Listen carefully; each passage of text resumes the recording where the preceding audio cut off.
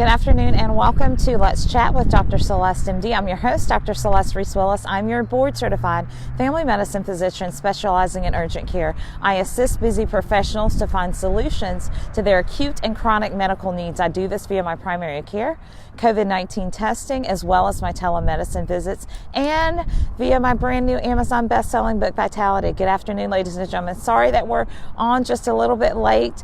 Welcome to Let's Chat. You know our topic for this month are heart matters, and so today we're going to focus on another form of heart disease that we'd like to bring awareness to, and that is congestive heart failure. So let's go ahead and dive right in. So what is heart failure? And that is when the pumping mechanism of the heart is damaged. That can occur after acute or chronic illness or disease. And when we say acute, we mean something that occurs over a period of a few days to several weeks, even up to a couple of months. Chronic is something that lasts for several months at a time. But what has happened in those patients, they have damaged or weakened their heart by something that has happened to their heart. And we'll talk about some of the causes of that in just a moment. But the heart becomes too stiff, and so the main pumping mechanism or function becomes too stiff to keep up with the proper output of the heart. So heart muscle can become damaged, the valves can become damaged. There's several different things that can happen to cause you to have heart failure. Now, let's talk about some of the risk factors for heart disease. One of the major risk factors are having high blood pressure, having had a heart attack in the past, being diabetic, having sleep apnea, having viruses, alcohol abuse, any kind of valvular heart disease. Any of these can predispose you to have heart failure. There are also medications that can predispose you to having heart failure, and that includes certain diabetes medications, specifically Actos and Avandia. That's a group of diabetic medications that we used to use a few years ago. They're not so much used now because of this effect. They are used some, but not as much. NSAIDs or anti-inflammatories can used over a period of time chronically can also predispose someone to having heart failure. In addition to that, tobacco abuse and obesity. Okay, so those are the risk factors. So now let's talk about what are some of the symptoms of heart failure. So people that have heart failure can have a variety of symptoms. So the symptoms I'm going to go over are not completely conclusive. So just because you have these doesn't mean that you have heart failure. But if you have a constellation of symptoms, you may want to check with your physician to find out, hey, do I need to be evaluated for this? So most common symptom for people that have heart failure is shortness of breath. And that occurs as a result of there being a backup. And we'll go over that in just a minute, the actual physical makeup of what causes the heart failure, what we mean when we say failure.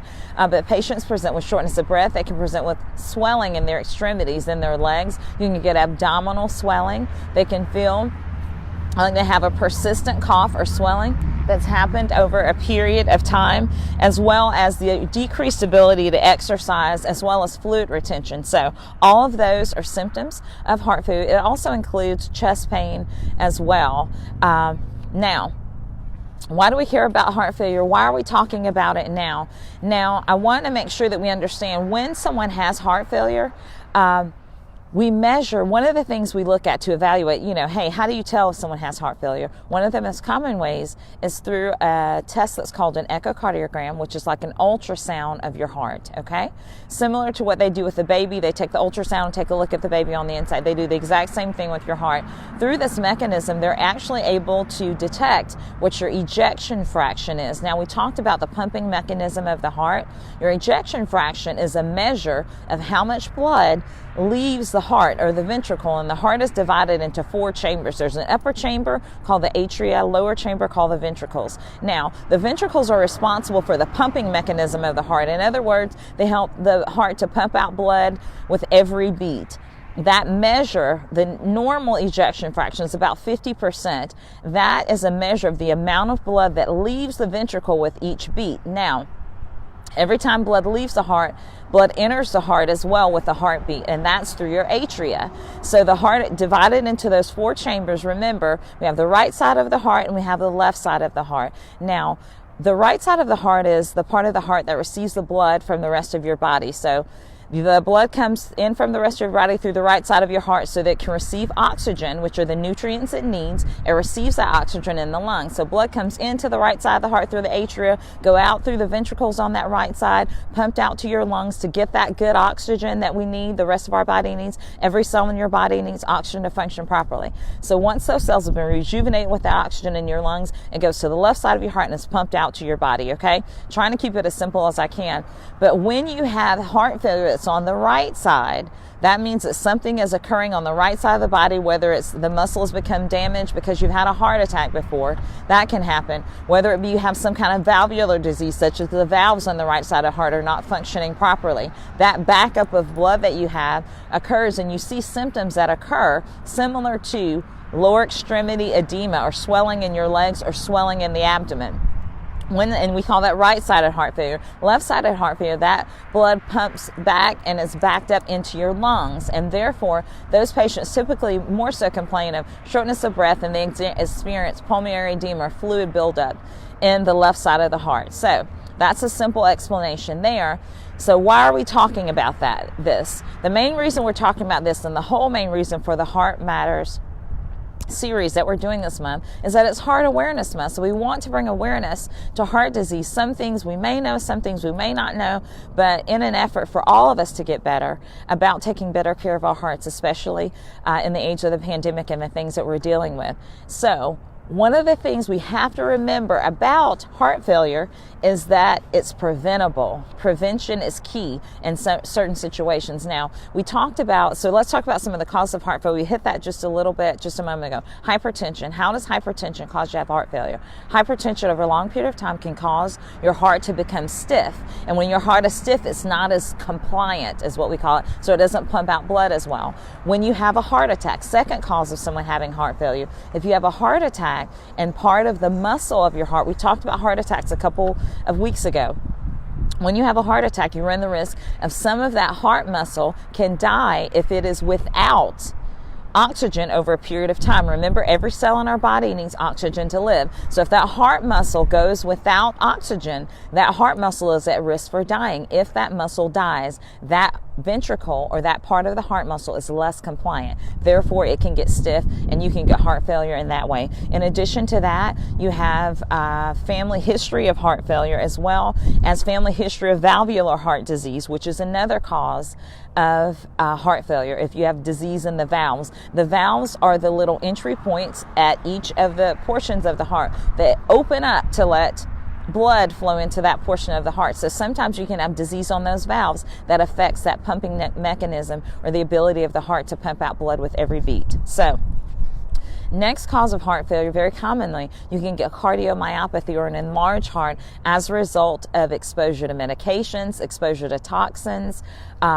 alcohol abuse over a long period of time, as well as cocaine use has been linked to cardiomyopathy. So prevention is key. So what can we do? What can we do to help prevent heart failure? So one of the main risk factors that we want to impress upon you is that if you are not a smoker, do not start smoking or get on a plan or a regimen to help you stop smoking. That tobacco smoked over a long period of time provides increased risk for heart failure.